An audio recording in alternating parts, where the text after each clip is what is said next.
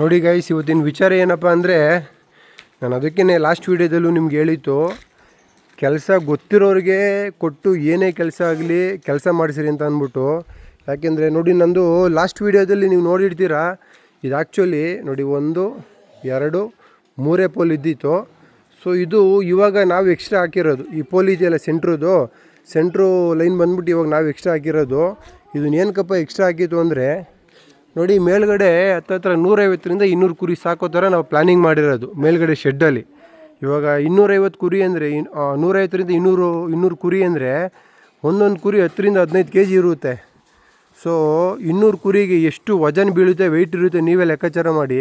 ಅಷ್ಟು ವೆಯ್ಟು ಕೆಳಗಡೆ ಬರೀ 1 2 3 ಪೋಲ್ ಮೇಲೆ ಇದ್ದರೆ ಶೆಡ್ಡು ತಡೆಯೋದಿಲ್ಲ. ಸೊ ನಮಗೆ ಲಾಸ್ಟ್ ಟೈಮು ಈ ಶೆಡ್ ಮಾಡೋದಕ್ಕೆ ಬಂದು ಈಡಿಯಟ್ಸ್ಗಳು ಕೂಡ ನಮಗೆ ಸರಿಗೆ ಗೈಡ್ ಮಾಡಲಿಲ್ಲ. ಆವಾಗ ನಮ್ಮ ತಮ್ಮನಿಗೆ ಅಷ್ಟು ಇದ್ರ ಬಗ್ಗೆ ಎಲ್ಲ ಐಡಿಯಾಸ್ ಇರಲಿಲ್ಲ. ಸೊ ಅವನು ಇಷ್ಟೇ ಆಗುತ್ತೆ ಅಂದ್ಬಿಟ್ಟು ಮಾಡಿಬಿಟ್ಟ. ಇವಾಗ ನೋಡಿ, ನಮ್ಮ ತಮ್ಮ ಮತ್ತು ಇನ್ನೊಬ್ಬರು ನಮ್ಮ ರವೀಣ್ ಅಂತ ಇದ್ದಾರೆ. ಸೊ ಅವರೆಲ್ಲ ವರ್ಕ್ ಮಾಡ್ಬೇಕಾದ್ರೆ ಇದು ಆ್ಯಕ್ಚುಲಿ ಇದು ಮಾಡಿಸಿರೋದು ರಾಂಗು. ಸೊ ನೋಡಿ, ಹಿಂಗೆ ಸೆಂಟ್ರಲ್ ಒಂದು ಕೊಟ್ಟರೆ ಮಾತ್ರ ಶೆಡ್ಡು, ಇಷ್ಟು ದೊಡ್ಡ ಶೆಡ್ಡು ನೋಡಿ 200 ಕುರಿ ಸಾಕೋ ಥರ ಪ್ಲ್ಯಾನ್ ಮಾಡಿರೋದು. ಇದು ಇಷ್ಟು ದೊಡ್ಡ ಶೆಡ್ಡು ಸ್ಟೇಬಲಾಗಿ ನಿಂತ್ಕೋಬೇಕು ಅಂದರೆ 100% ಸೆಂಟ್ರಲ್ಲಿ ಇನ್ನೊಂದು ಪಿಲ್ಲರ್ ಕೊಡಲೇಬೇಕು ಅಂತ ನಾವು ಪ್ಲ್ಯಾನ್ ಮಾಡಿ ಸೊ ಸೆಂಟ್ರಲ್ಲಿ ಪಿಲ್ಲರ್ ಕೊಟ್ಟಿರೋದು. ಸೊ ದಯವಿಟ್ಟು ಗಾಯ್ಸ್, ಈ ಥರ ಡಬಲ್ ವರ್ಕ್ನ ಕೆಲಸಗಳನ್ನ ದಯವಿಟ್ಟು ಮಾಡ್ಕೋಬೇಡ್ರಿ.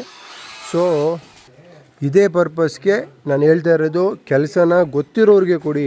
5 ರೂಪಾಯಿ 10 ರೂಪಾಯಿ ಜಾಸ್ತಿ ಆಗಲಿ, ಸೊ ದಯವಿಟ್ಟು ಗೊತ್ತಿರೋರು ಕೊಟ್ಟು ವರ್ಕ್ ಮಾಡಿಸ್ರಿ. ಇಲ್ಲ ಅಂದರೆ ನೋಡಿ, ಈ ಥರ ಡಬಲ್ ವರ್ಕ್ ಮಾಡಬೇಕಾಗುತ್ತೆ. ಎವ್ವಿ ಅಂದರೆ ಎವ್ವಿ ಕಷ್ಟ ಆಗ್ಬಿಡುತ್ತೆ. ಇವಾಗ ಸದ್ಯ ಇಂಥ ವರ್ಕೇನೋ ಇತ್ತು, ಓಕೆ. ಸೊ ನಾವು ಕೆಳಗಡೆಯಿಂದ ಮಾಡಿಬಿಟ್ವಿ. ಏನಾದರೂ ಅದನ್ನು ಕಿತ್ತಾಕ್ಬಿಟ್ಟೆ ಮಾಡಿಸ್ಬೇಕು ಅನ್ನೋ ಏನಾರ ವರ್ಕ್ನ ಈ ಥರ ಮಾಡ್ಬಿಟ್ಟು ಹೋಗಿದ್ದಿದ್ರೆ ಅವರು, ಸೊ ನಾವೇನು ಮಾಡಬೇಕಾಗಿತ್ತು, ಎಲ್ಲ ನಮಗೆ ಖರ್ಚು ವೆಚ್ಚ ಎಲ್ಲ ಡಬಲ್ ಆಗ್ಬಿಡೋದು. ಸೊ ಅದೇ ಇಂಟೆನ್ಷನ್ ಕೇಳ್ತಾರೋದು, ದಯವಿಟ್ಟು ಗೊತ್ತಿರೋರು ಕೊಡಿ. ಯಾರೋ 2-3 ಟಾಕ್ ಹಾಕೋಕೆ ಬರೋರು, ಇಲ್ಲ ನಾನು ವೆಲ್ಡಿಂಗ್ ಕೆಲಸ ಮಾಡ್ತೀನಿ, ಎಲ್ಲ ನಾನು ಪರ್ಫೆಕ್ಟಾಗಿ ಮಾಡ್ತೀನಿ ಅಂತ ಬರ್ತಾರೆ. ಬಟ್ ಅವ್ರು ಸ್ಟಾರ್ಟಿಂಗ್ ಬಂದಾಗ ನೋಡಬೇಕು ಅವರು ಯಾವ್ಯಾವ ಥರ ಹೇಳ್ತಾರೆ ಅಂತ. ಇಂಥ ಶೆಡ್ಗಳನ್ನ ಎಷ್ಟೆಷ್ಟು ಮಾಡಿಬಿಟ್ಟಿದ್ದೀನೋ ಲೆಕ್ಕಾಚಾರಕ್ಕೆ ಮಾತಾಡ್ತಾರೆ. ಆ್ಯಕ್ಚುಲಿ ಅವ್ರಿಗೆ ಏನೂ ವರ್ಕೇ ಗೊತ್ತಿರಲ್ಲ. ಹುಡುಗರುಗಳು ಏನೂ ವರ್ಕೇ ಗೊತ್ತಿರಲ್ಲ. 4 ಟಾಕ್ ಹಾಕೋಕೆ ಬಂದಿರುತ್ತೆ, ಎಲ್ಲ ಒಂದು ಯಾವುದೋ ಸುಮಾರಾಗಿ ಶೆಡ್ ಮಾಡಿರ್ತಾರೆ.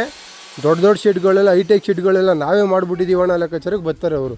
ಸೊ ದಯವಿಟ್ಟು ಅಂಥವ್ರಿಗೆಲ್ಲ ವರ್ಕ್ ಕೊಡಬೇಡ್ರಿ. 5 ರೂಪಾಯಿ 10 ರೂಪಾಯಿ ಜಾಸ್ತಿ ಆಗಲಿ, ಕರೆಕ್ಟಾಗಿ ಪರ್ಫೆಕ್ಟಾಗಿ ವರ್ಕ್ ಮಾಡಿರೋದು, ಅವ್ರು ಮುಂಚೆ ಎಲ್ಲರೂ ವರ್ಕ್ ಮಾಡಿರೋದಿತ್ತು ಅಂದರೆ ಅದನ್ನು ಕೇಳಿ ವಿಚಾರ ಮಾಡಿ ಅಂಥವ್ರಿಗೆ ಮಾತ್ರನೇ ವರ್ಕ್ ಕೊಡಿ.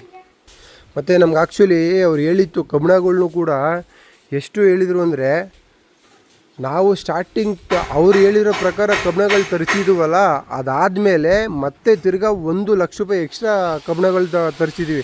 ಹತ್ತತ್ರ 1 ಲಕ್ಷ ಅಂದರೆ 1.5ರಿಂದ 1.25 ಟನ್ ಕಬ್ಬಣ ಎಕ್ಸ್ಟ್ರಾ ಮತ್ತೆ ತಿರ್ಗಾ ತರಿಸಿರೋದು. ಸೊ ಈ ಥರ ಎಲ್ಲ ಮಿಸ್ಗೈಡ್ ಮಾಡ್ತಾರೆ. ದಯವಿಟ್ಟು ಗೊತ್ತಿರೋರಿಗೆ, ಕೆಲಸ ವರ್ಕ್ನ ಪರ್ಫೆಕ್ಟಾಗಿ ಮಾಡೋರಿಗೆ ನೋಡ್ಕೊಂಡು ಕೊಡಿ. ನೋಡಿ, ಇವಾಗ ನಮ್ಗೆ ಏನಾದ್ರೂ, ಇವಾಗ ಯಾರೋ ಒಬ್ಬರು ಎಕ್ಸ್ಪೀರಿಯೆನ್ಸು ಬಂದರೂ ನಮ್ಗೆ ಈ ಥರ ಗೈಡ್ಲೈನ್ಸ್ ಮಾಡಿದ್ರು, ಇದನ್ನು ಹಾಕ್ಸ್ಕೊಳ್ಳೇಬೇಕು, ಇಲ್ಲಾಂದರೆ ಮುಂದಕ್ಕೆ ಶೆಡ್ಡು ಪ್ರಾಬ್ಲಮ್ ಆಗುತ್ತೆ ಅಂದ್ಬಿಟ್ಟು ಇದನ್ನು ಹಾಕ್ಸ್ಕೊಂಡ್ವಿ.